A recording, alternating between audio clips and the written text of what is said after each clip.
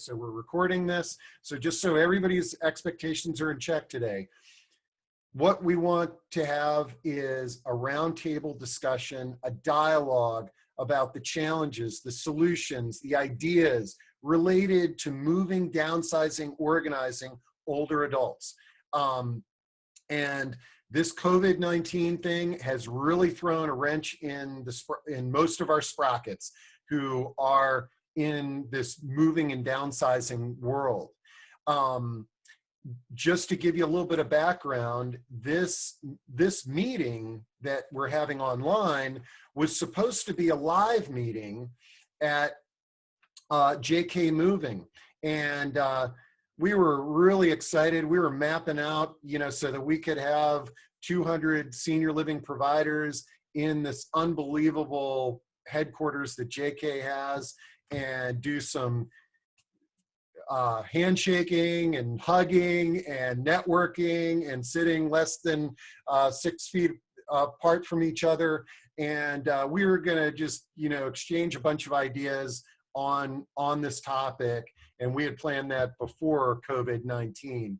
And so we didn't want to cancel this event. We wanted to sort of reposition it and bring up this topic. And so I'm going to bring on our panel members here shortly, but just to kind of walk you through the agenda, what we want to introduce the group to broadly are a variety of resources that you may or may not be aware of that can help families and older adults move, downsize, right-size, organize, whatever you want to call it. And so we want to introduce those those resources to everybody. And I know there's lots of people in the audience that fall into these categories. And that'll be sort of the first half of our session. And then the second half, we hope that it's just kind of this open dialogue, roundtable discussion. So the first two people I'm going to bring on are Beth McNamara and Josh Rose. And they are with JK Moving. And let's see, Josh.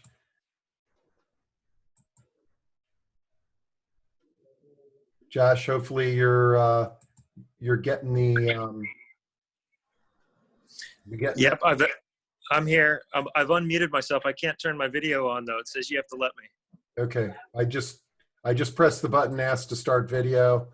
Okay, so but while we're trying to figure out, Josh, Beth, tell us about JK Moving, and you were graciously going to host us for our live meeting, but you got a treat, guys. Today we're going to try to give you a tour of this awesome facility that we're going to be meeting live in. So Beth, while I'm trying to get Josh online, go ahead and tell us about JK. You bet. Well, we are disappointed that you're not here in person with us, but we're really excited that we're going to be able to do this virtually. Thank goodness for modern technology. JK Moving started over almost 40 years ago by Chuck Kuhn when he was 16 years old in the basement of his Annandale parents' home. He named the business after his dad, Jim Kuhn, and we have gone on to become the largest independent moving and storage company in the nation. When Chuck set out, he wanted to be the best and he wanted to make a difference. And that's what we have continued to live by and to do. One of the big areas of focus for us and a market for us is the older adult community, helping them to move, to downsize, to go on with what their what next might be. We have a lot of moving and storage and logistics solutions for you, and we're really excited to show you what we have to offer. And like I said, I've got a great tour guide, Josh Rose, who is now standing in our lobby to take it over and to start walking through it. So thank you. Awesome. All right. Thank you, Steve. Steve, do you want me to kick off the tour now? Yeah, no. So tell us where you're at and give us a little tour. And then Sure. for everybody here I and for figured our I'd get panel my key. members, just to kind of tell you what we're going to try to do here, Josh is going to go to various locations at the JK facility. And so Josh is going to give us a little tour, then he's going to pop off the screen, and we're going to go through our panel members, and he'll pop back on from time to time. And so we'll be, Josh will be jumping in and out between our panel members, and hopefully, and again, everyone, use Q&A if you have questions for anybody or comments or anything on this topic. Use Q&A. Communicate with all attendees using chat, and make sure that you're using that drop-down menu that says all panelists and attendees. Otherwise, it's just going to come to the panel members. So Josh, kick it off. Where are you, buddy? All right. Well, thank you very much, Steve. I appreciate you making this work virtually. And so you can see what I look like before I throw the mask on. That's me. You can tell I need a haircut. I'm looking forward to getting back to the barber. And I am sitting here in the lobby of, let me flip my camera around, of our M1 facility, which is the headquarters of the JK Moving Services empire here in Sterling, Virginia, about a mile away from Dulles International Airport. And buongiorno, Anna. There's Anna. Unfortunately, you can't see her beautiful smile that she greets me with every morning, but thank you, Anna. How are you? Good, good, good. Now, this is where you enter here. And again, this is our M1 facility. It is the headquarters of JK Moving Services. It's where our founder that Beth mentioned and CEO sit. It's also where Beth and I sit, and a number of our executive leadership team, human resources, IT, marketing, and finance. Usually at this point in May, this hallway here is hustling and bustling with traffic. It's the beginning of our busy season. As you know, the summer season is the busiest season in moving services. But, well, for multiple reasons, that's not happening. Fortunate for us, our team and IT has enabled our workforce to be able to work remotely. So close to 95% of our workforce is currently working from remote locations, mostly at their residences.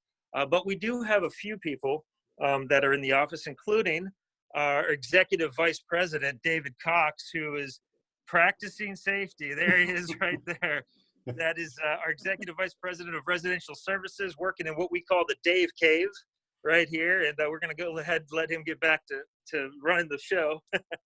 And as I told you, this is where a lot of our office staff are based. But as you can see, the cubicles are empty here, and you know, it's different. It's a challenge for us. It's definitely a different environment here, but we are making it work. And momentarily, what you can't tell from here, that there's a warehouse sitting behind this office with 10 football fields worth of storage space. So we're going to be walking you back there momentarily. So I'm going to go ahead and drop off, Steve, and pick you up from dispatch in a minute.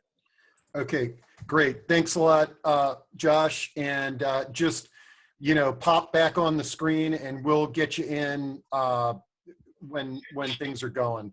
So, all right, now I'm going to turn things over, and we're gonna go through our panel briefly, and hopefully you can see my screen.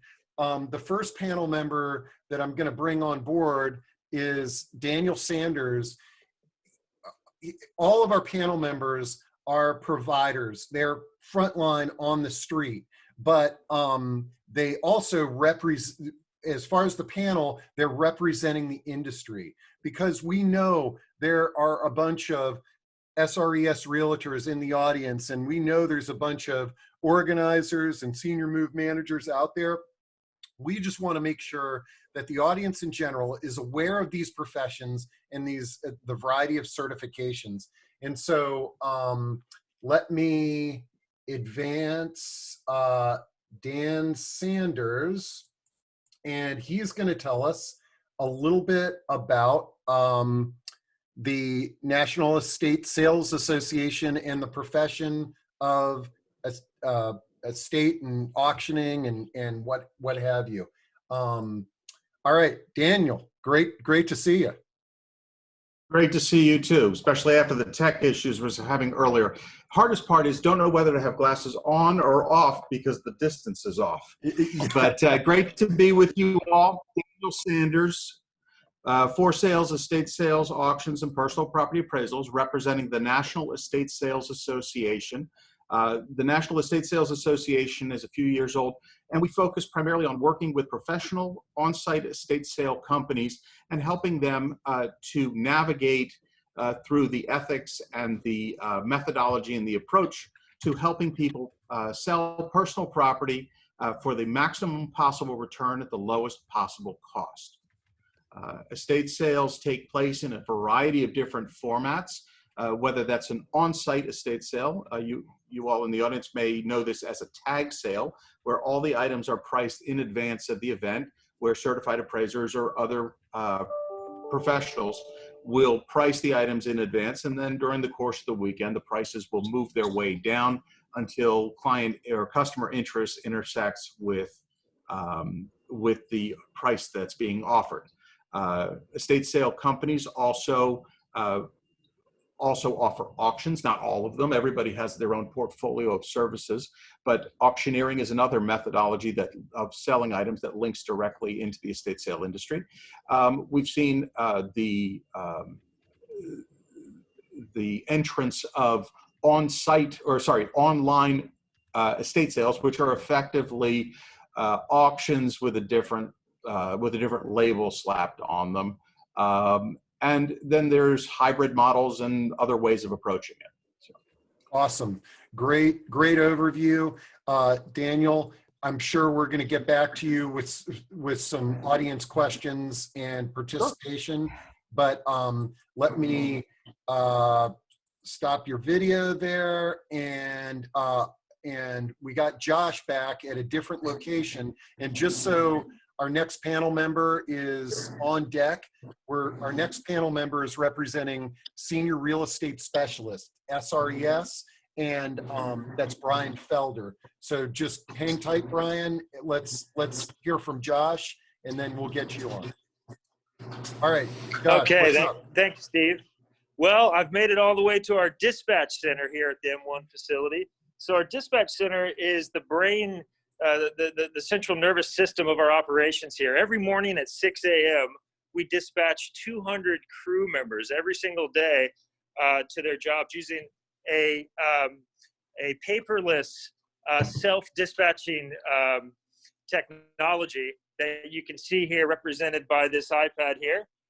And every morning our crews come in, the crew leaders grab an iPad from those vaults that are down there. This is our crew that's come here to demonstrate how we are taking COVID-19 measures responsibly here. But the dispatch screen right here, you can see where someone can come in and grab their iPad, see what job they're working on, what truck they're going to be using, what crew they're with, and then get in and out of the door very quickly. Now, typically that would happen in an environment where you had chairs here, but for social distancing purposes, we've removed all the chairs. Actually, this gentleman right here, Bobby Harris, who keeps us safe. Why don't you wave to everybody, Bobby? Bobby's a longtime employee here that has dedicated himself to this company and has kept us safe in these changing and challenging circumstances. But so that the self-dispatching system is amazing. It's environmentally friendly. We save 2,000 trees annually because of the reduction in paper that's associated with it, and it reduces the time that it takes for our teams to get in and out. Used to take an hour and a half for someone with the paper-based system. Now only takes 15 to 20 minutes to get the teams on their way to help you with your move. But I wanted to highlight some of the measures that we're taking, some of the operational measures we've taken to reduce the risk of harm during the coronavirus times. Here on the table, you can see some of the preventive materials that are used and protective material, the PPE. You've got hand sanitizer here. You've got the wipes that are used to wipe all of the shared moving tools and devices that are used. You know, we're paper free, so there's points where the customers will have to sign with their finger on the iPad. The iPads are wiped after every single use. With our nitrile gloves here and masks, of course, all of our crew have to wear masks in and out of the homes that they they service. And on top of that, every morning we're doing health checks. So Alex and Joe and Tony are going to demonstrate how we do these health checks every morning. We have a number of devices. Most importantly is the touch-free temperature thermometer here that Joe is holding, and he's going to go ahead and show you how we're taking temperature every morning, every single employee. Let's see, is he good? 97.7 it said. All right, you're COVID-free, brother. Well, And, we know he doesn't have a fever. Right, exactly. He could be asymptomatic. 97.5, Tony's looking good. And then what they do is they track. Oh, we're gonna get Bobby too? Yep. All right, let's get Bobby too.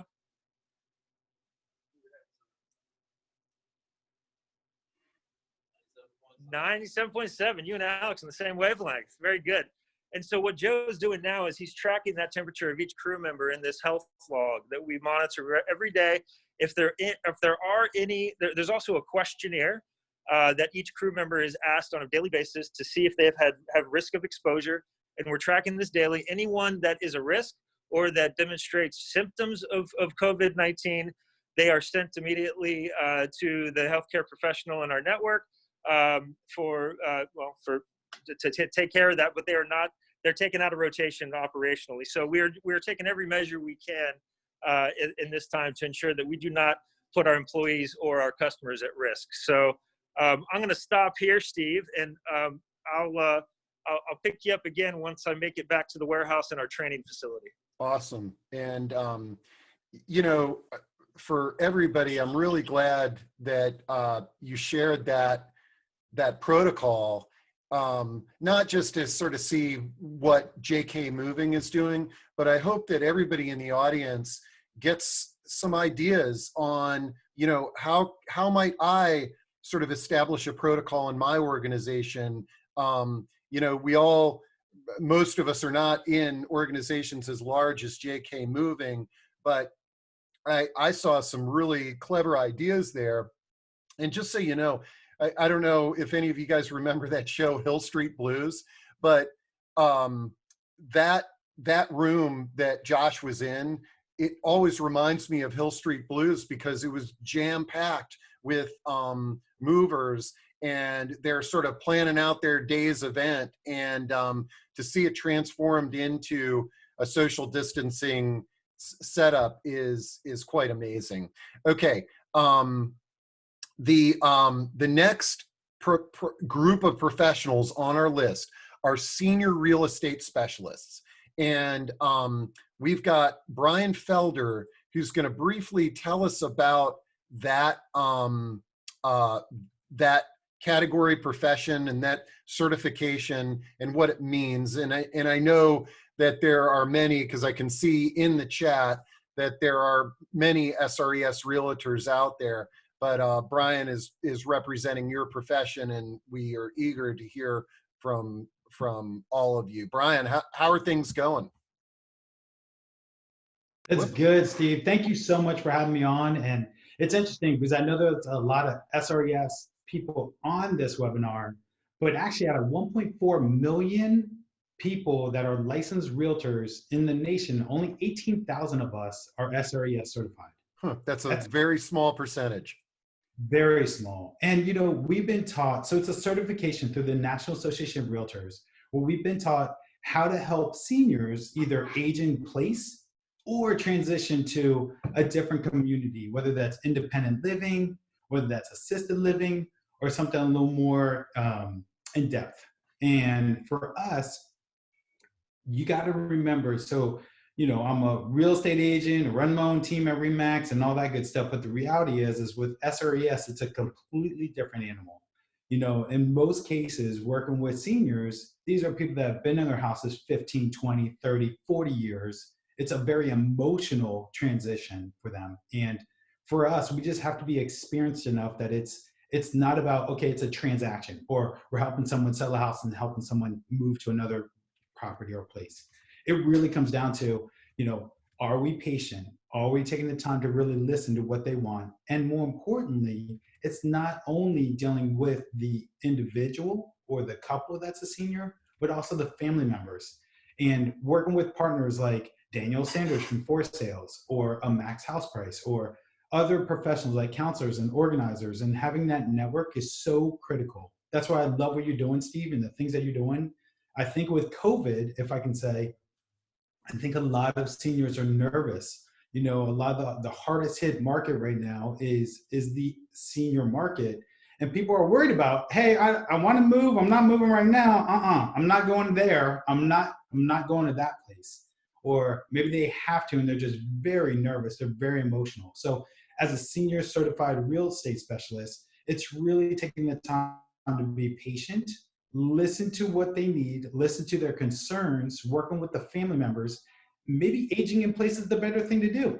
And just really being patient with them is critical, especially at a time like this. Man, well, very well said.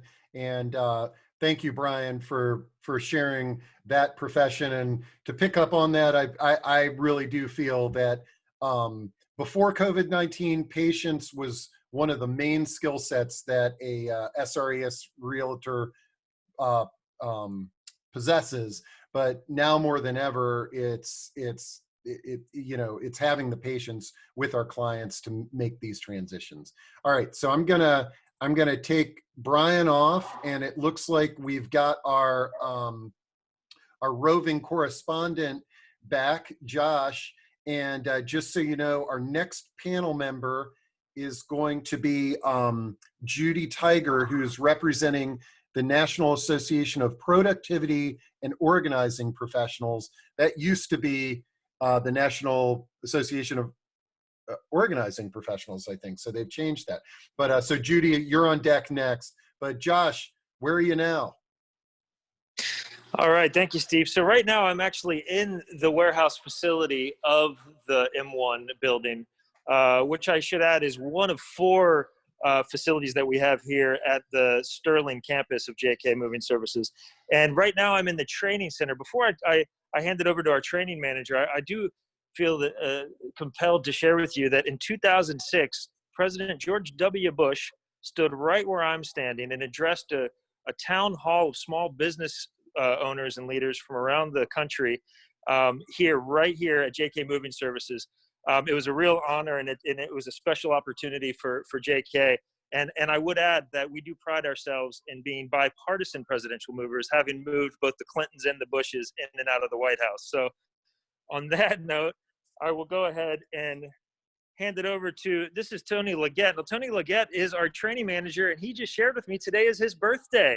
And he's so dedicated to training that he came in this morning to train a group of students on quality and safety, which always comes first at JK. So, Tony, why don't you tell us where we're at and how this works? We are in the training center. What I like to call it is the art facility. Here we train them on how to be artists. The first thing first is safety, of course. So we go over lifting properly, how important it is to stretch before you go into the training house to get your muscles ready for the hard job you're going to do. First thing you do upstairs, if you go through an orientation process, we go through a PowerPoint presentation, then they come downstairs and do the actual work in the training house. So we have the truck here, but they will load the truck at my direction, or the lift van at my direction, or a pallet at the direction. They go over the materials needed, what goes in the boxes we use, and how to pack them properly. We strive ourselves on excellence. We strive ourselves on being great artists. Everybody's paintbrush is different, but at the end of the day, you want the same portrait. So we prep the home as so. And I ask everybody who comes to training, what is this building right here? They say it's a house. I say it's a home. A house is a structure built of wood or metal. A home is lived in and dwelled in.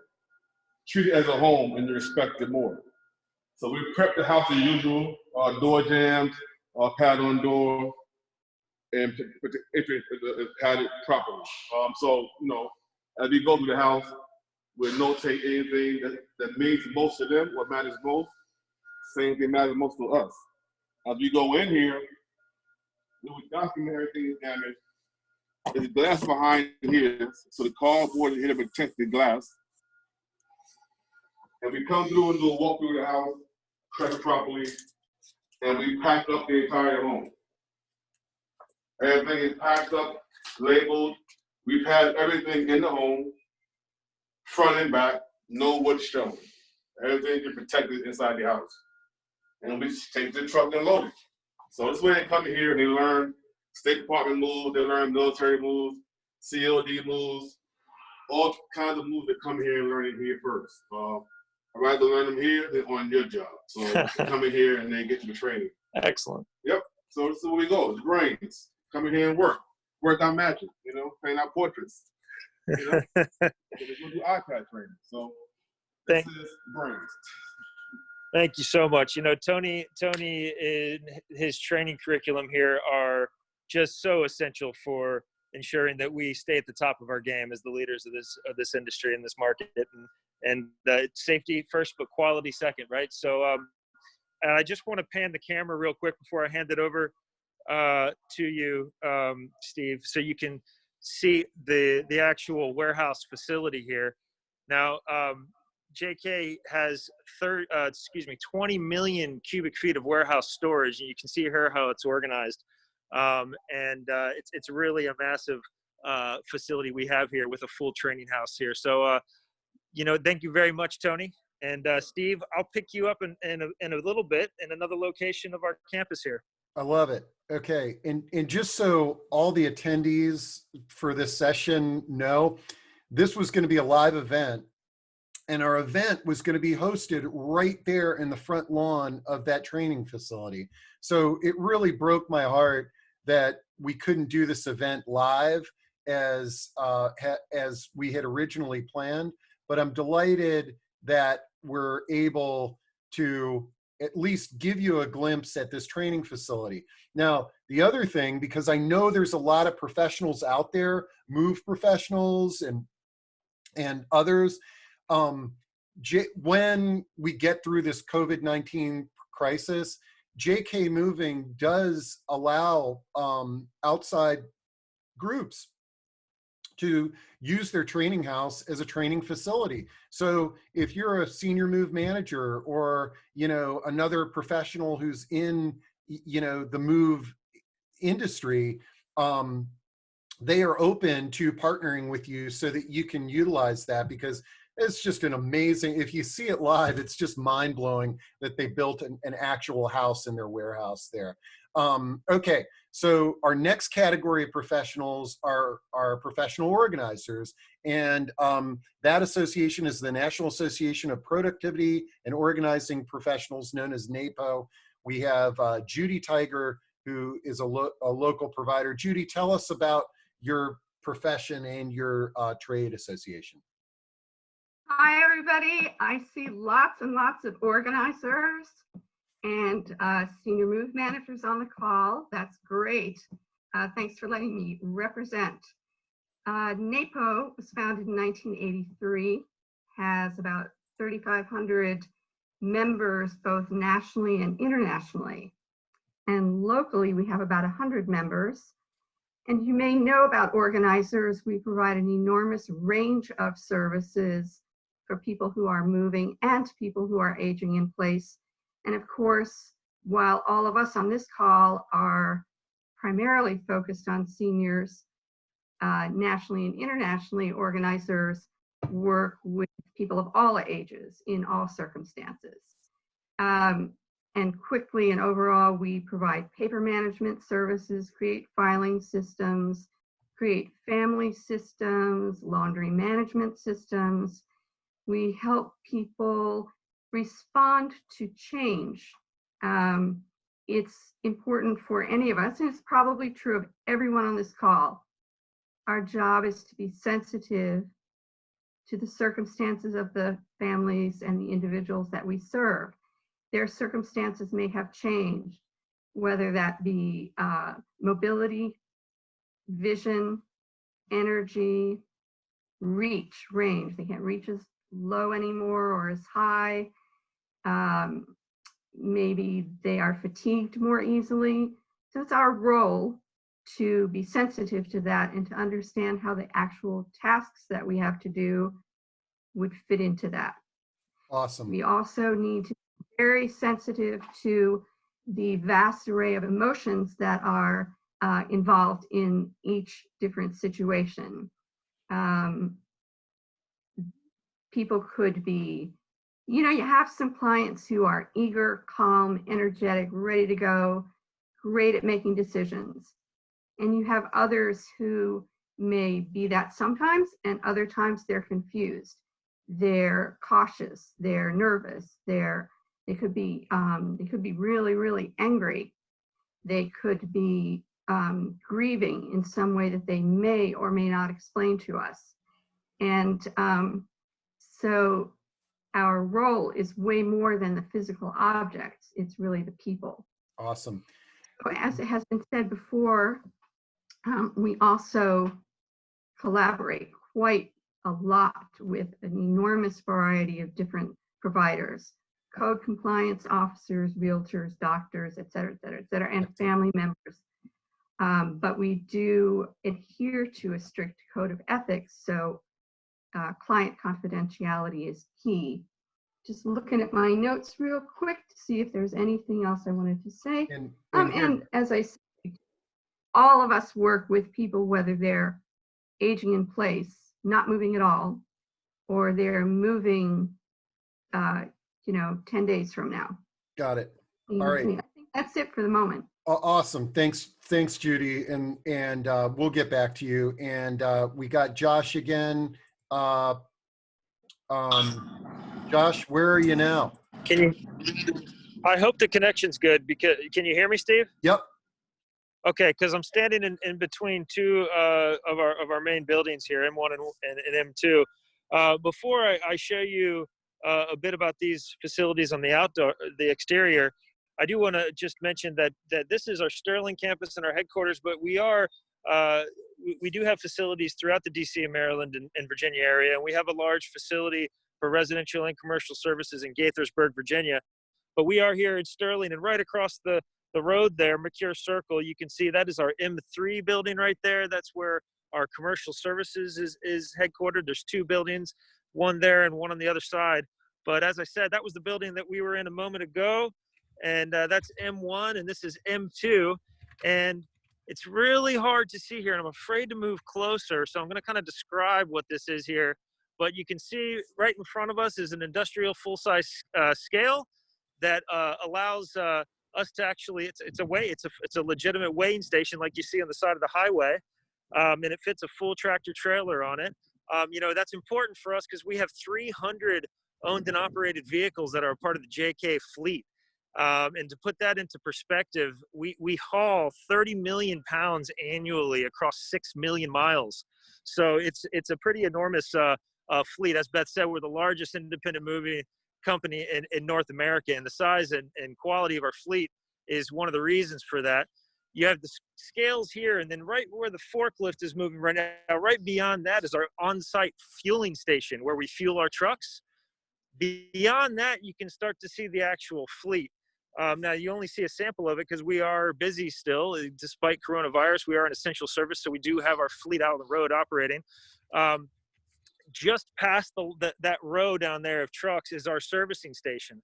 Now we have a full-time team of mechanics that service all of our vehicles, and this commitment to quality and the on-site amenities necessary to keep a high-quality fleet like this operational is why JK has won since 2013 11 fleet safety awards. So we're really proud of that. I do look forward to the opportunity of hosting an in-person tour of our facility here and some discussion around, what moving services means to the aging adult community. And I'm really thankful that, Steve, you were able to bring us virtually here for this meeting. So I guess I can take this off while I say thank you very much. Yeah.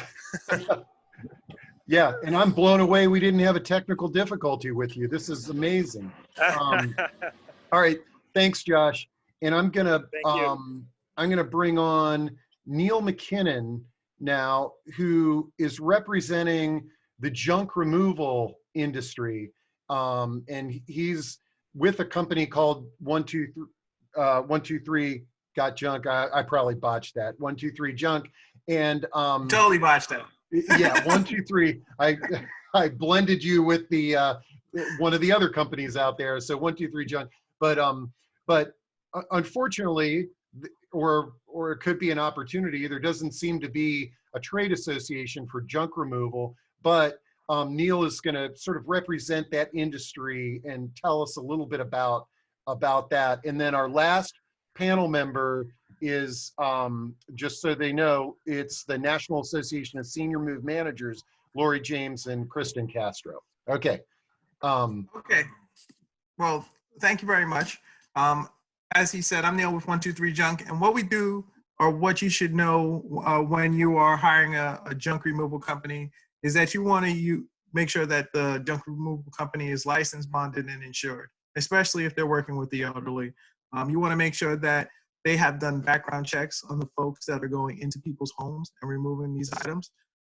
It's really hard to find good people, and you want to make sure that they have done that. You want to also make sure, as in any industry with junk removal, we charge by volume, or the amount of space the items take up in the bed of our trucks. So when you're doing that comparison, you want to make sure that you know the size, so it's an apples to apples apply here, not that it's, they're switching it up on you. As far as what we're dealing with now, living in this COVID world, is that you want to make sure that they come into your home and they're protected by masks, and that they are working with charities and donation companies to get stuff in there. Because even though they may be unwanted items, they are still items that people can use a lot of times. So we're actively still working with our donation partners to make sure that things go back into the community. Also, if you're having a problem with bulk trash, you want to make sure that they are picking up. In a lot of communities, we are still doing bulk trash pickups because we are designated, still needed by many folks out there. So those are a lot of things that we're doing to protect people. We're also taking all or most trash and junk companies should be using for you to be able to call in and provide your payment information, so that you're not dispersing it or you're not having to touch anything. You want to limit touching people as much as possible. So we are also providing discounts for curbside pickup and pickups outside of the home. So that's a couple of things that we're doing here at 123 Junk and in the junk industry to protect folks. I love it. And thank you, Neil. And I am now getting to our last panel members who are representing the senior move management industry, and that's Kristen Castro and Lori James.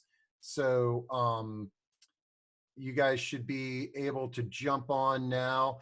And this took a little bit longer than I expected, so we might go a little bit over an hour, because I do want to address questions. I do want to make sure that we can address questions and comments, and some of those are coming in. So let's learn about, from Lori and Kristen, let's learn about the Senior Move Management Association and profession, and then we'll kind of try to get the remaining time together with an open dialogue. Whoops, I guess I have to, hold on. I'm gonna unmute you guys. Unmute. And, oh, come on, unmute. Okay, here we go. Hi, Steve. Can you hear Okay. me? I can hear you, and Kristen, you might have to press a button that says unmute. Steve? Oh, now we got you. Okay. Great. Steve, I wanted to say thank you, and thank you to JK. We've actually done the tour. It's awesome. I highly recommend everybody goes and takes that tour. It's just, like I said, it's awesome. So good afternoon. My name is Lori James, and I'm here with my colleague, Kristen Castro. I am so thrilled to be able to share a little about the National Association of Senior Move Managers, also known as NASMM, with you. First, let's discuss, what is a senior move manager? What is senior move management? Senior move management involves assisting mature adults and their families with the emotional and physical aspects of relocation or aging in place. From floor plans, downsizing, organizing, as we call it, smart sizing, helping facilitate a move, auction coordination, charity coordination. Move managers are there to reduce the stress level and save them money and meet their transitional needs. A little bit about NASMM. It was created in 2002. We are currently 1,000 members strong. NASMM serves as a centralized organization of senior move managers. All general members of NASMM must meet strict vetting requirements before approval. The mission, NASMM's mission, is really just to facilitate the physical and emotional aspects of relocation for older adults. It's also to create industry awareness, establish a national referral network, to enhance the professional competence of members, and to promote the delivery of our services with compassion and integrity. Since NASMM is respected as the leading membership organization for senior move managers in the United States, Canada, and abroad, all it takes is a quick visit to the website to search for a senior manager in your area, for your friends, for your families, for your clients, for anyone you can think of. It's a very simple process. In fact, Kristen over here has utilized NASMM as a resource herself to assist with her grandmother's home transition all the way in Hawaii. Aloha, Kristen. Hi, everyone. Thank you so much for this opportunity. And yeah, Lori's right. I was in need of a move manager in Hawaii before my grandmother to be able to help her. And all it took was a quick visit to the website. I typed in her zip code, 96825, and I was able to find a senior move manager to help her. And I'll tell you, it was really, really great to be able to know that she was going to be taken care of. So hope that gives you some really great information about NASMM and how it can be a resource for you, professionally as well as personally. Thank you again. Great. Yes, and it's the whole process. Okay, and what I'm going to do, you guys just stay on the screen, and I'm going to bring all the panelists back on, and then we are going to use the remaining time we have together just to try our best to have an open discussion. But I've seen on the, when I'm looking on the chat, it looks like things are going crazy there. You guys are sharing the attendees, many of which are from these professions, are sharing some valuable resources as well. So one important thing, double check the chat posts that you've made, and just make sure that it's going to all attendees. Okay, I just want to make sure that that you've done that. And then what I would say is, let's, if you've got a question, or if you'd like to make a comment, raise your hand in the participants area, and we can get you on, and you can say a few words. Again, thank you to our panel for representing your industry so well. And I think the important thing for those participants in the audience to understand is that, you know, no longer is moving just, it used to be that you had to put this together all on your own, and you'd hire a guy with a moving truck, and you'd move your mom and dad. Now you've got a wide variety of providers that can help you do this so that you're not doing it alone. Anyways, while we're waiting for folks to either raise their hand to jump in with a question, I'll open this to the panel members. Are there any other little tidbits that you wanted to share with the audience? I know your time was brief on the intro. I would just say that. Oh, go ahead, Dee. Go ahead, Brian. I was just gonna say, I think the biggest thing, especially from an SRES perspective, is having a team of professionals. And Just like there's all these attendees today and there's all these different resources, really building your team is so important, especially from the real estate agent perspective, really. It's just understanding who's your team and understanding what the clients need and when you need to bring that specific team member in. Sometimes you need everybody, like a Daniel Sanders and Neil, and you need a Beth, you need Judy, you need to bring all these partners in. Sometimes you don't. And so understanding what is your team makeup like from an SRES perspective, I think is so critical. It's so key. Great. Excellent. And Hey, again, Steve. attendees, jump in, Daniel, but again, for the attendees, if you want to make a comment or anything, raise your hand or use the Q&A and I'll bring you on. Right. Well, as you can see, I've had to switch to a different device, so ongoing saga here with computers. But the one of the things I wanted to bring up is we get a lot of questions at the moment about, well, are you still running sales during this COVID-19 of the various shutdowns? Well, it's obviously going to vary from state to state at this point. We're not down to the county level. I would tell you that most responsible operators, in fact, I would say all responsible operators, are not holding on-site estate sales at the moment. There's really no way to safely get enough people in the house to ensure the volume of sell-through at reasonable resale prices, that represent fair market value. Now, there are a lot of, you're seeing more and more of the online sales of personal property that have been going on even more so since this started. And they're an okay workaround, but you have to prepare yourself for dramatically reduced resale values. People are playing around with a number of different models. Some are working better than others, but on the whole, resale values are definitely lower in that environment than they are in the on-site sale version or even in the live auction format.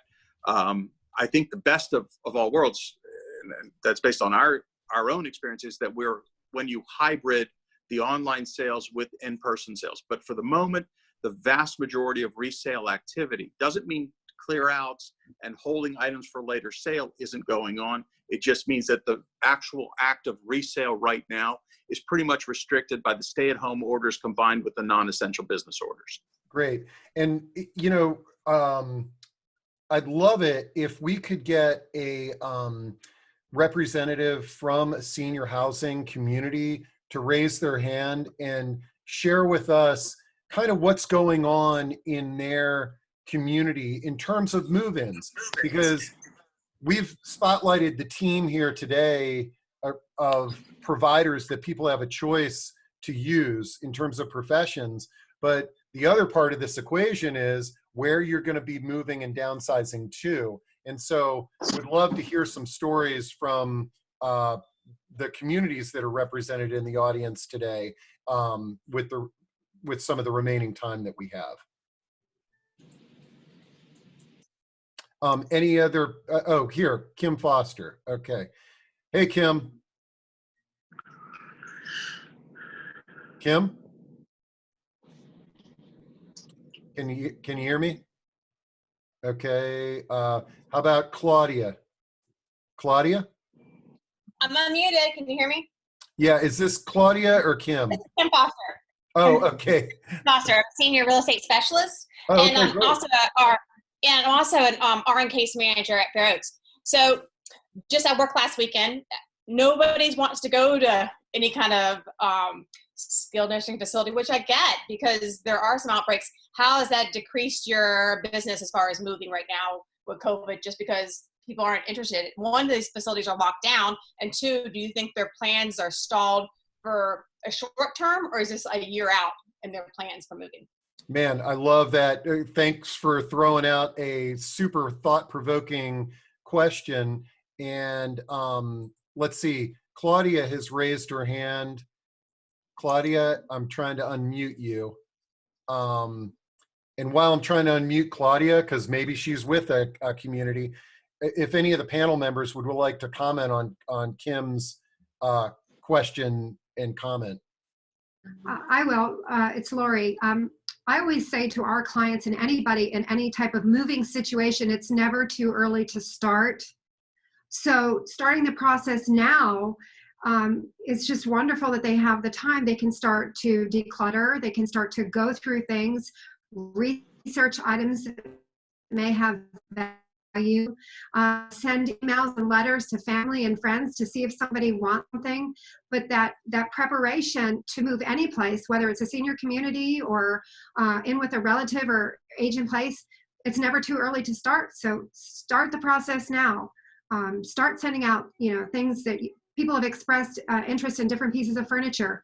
Maybe we could get a floor plan from the community and do a Zoom or a photo chat and do a floor plan.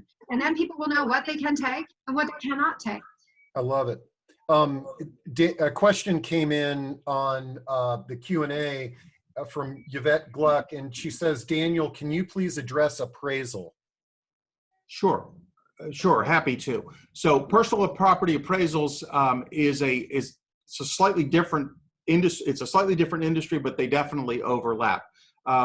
There are organizations like AAA, the Appraisers Association of America, where I'm a member, ISA, ASA, and several others that have professionals who can provide tangible personal property appraisals. Thankfully, we've been able to thanks to some rules changes within that industry, or I would say reinforcement of some existing rules, that we are able to remotely assess, evaluate, and value personal property. So we can work from photographs. That's been part of the rules for a while, but it was enhanced or reinforced that was allowable. In fact, in response to that, one of a local company's inventory inspector actually set up a self-service personal property appraisal portal where the homeowner can submit items that they believe are of value, along with some photos and basic descriptions. And then we're able to turn around and provide a personal property appraisal. That's good for 1 or 2 items, but it gets more cost effective to then say, okay, well, now let's look at having the user take photos, put them in a Dropbox, and work from those. But personal property appraisals, if you're planning on selling an item, actually, I generally recommend that you don't spend the money getting them appraised, because remember, our goal as estate sale companies is to maximize return and minimize costs. So if you're planning on selling it, you want an idea of what it's worth, but you don't necessarily want to have a full-on appraisal done. Appraisals typically are of much greater value when you're looking for equitable distribution, or if you're looking to insure for retail replacement or insurance value. Wow, great overview there, Daniel. I know that's a confusing topic. Claudia, are you on the line? Can you hear us? You raised your hand. Okay, we don't have Claudia. Guys, we got about 4 minutes left. So if you want to make a comment or jump into the discussion with a question, use Q&A or raise your hand, and we'll bring you on. But back to the panelists. Any other thoughts that you want to share on things that providers can do? Here, good. We've got a Ken Silverstein who is with an assisted living community. Ken. Hi, can you hear me? Yeah. Tell us what's life like in the senior living community world? So very quiet. We have not accepted any new admissions. The last one that I moved in was the 1st of April. That's already because she was in the pipeline. We are now finalizing protocols to accept new admissions, but we're going to have some really strict protocols, obviously COVID negative, et cetera, et cetera. But one of the stories that I love to share with prospective new residents is about one of our residents who moved into Symphony House last summer, which is our largest house. And I always tell anybody that, our rooms are all furnished, but they certainly can bring in any of their own belongings. And I encourage that. And this one lovely woman took the biggest room in Symphony. And the day they signed the paperwork, her niece was with her, and out comes the tape measure, and they start measuring all the wall space in the room. And About a week later, they move in rolls this huge moving truck. And I think in addition to the furniture that we have, she brought in 7 or 8 or maybe even 9 big pieces of furniture of her own. And I haven't been in her room since. She could still be unpacking. She brought so much stuff. But we work with a company that we kind of call them part of our transition team. And it was I just love sharing that story because it really sheds the fact that people don't want to let go of a lot of things. She brought in collectibles, glassware, beyond furniture, just, collectible items. And so it's really hard for people transitioning into or out of their own homes after they've been in them for 40 or 50 years. And so we really encourage that. I always say hang pictures up, et cetera. But yeah, she came in with a truckload of stuff. Hey, Ken, we've got about a minute to go, but since we've got you on the line, and again, I realize there's a big asterisk, this is just your opinion, but when you look in the crystal ball in terms of housing providers, whether it be yours or the industry in general, what is your prediction in terms of things may never get back to normal, but what are some of the things that you're hearing out there in terms of when you think move-ins can begin to occur a little bit more widespread in the senior living field? I think a lot of it is going to depend on what's being dictated to us by local governments or the state, and because we're in Maryland, we have 10 houses here in Montgomery County. But they're not telling us we cannot accept new admissions now unless somebody tested COVID positive. So I think that's part of it. Most of the people that I've been dealing with in terms of leads and referrals pretty much are in a holding pattern as well. They don't want to move their loved one right now. They know where they are. They feel that they're safe where they are for the most part and would rather just leave things as they are. What I do believe is going to happen when the dust settles is there is going to be people lining up at our doors and our competitors' doors, because those people taking care of their senior parent are going to realize just what has been involved and really know that, and are going to return back to work full time, et cetera, and their children, et cetera. And I think they're going to realize that the demand, I think, is going to increase. That's my hope. I think that. I just don't know when that really is going to happen. It's just, well, thank you. Thanks for sharing, and our fingers are crossed for everybody out there. And I think Ken, really, the liability that providers are under to, having to follow the state and local jurisdictions, what is being dictated is a very good point. The Claudia, who we were trying to get on earlier, posted that we're accepting admission into Serenity Garden Assisted Living, and we've been quarantining in our 8-bed community, then transitioning the residents to one of the other communities. So it sounds like they've got multiple small communities. They're able to use one as sort of like their quarantine center, and then reposition the residents. Well, guys, it's past 1 o'clock, and I like to make sure these things are an hour. I want to thank the JK for the tour. I'm still blown away that we didn't have a technical difficulty.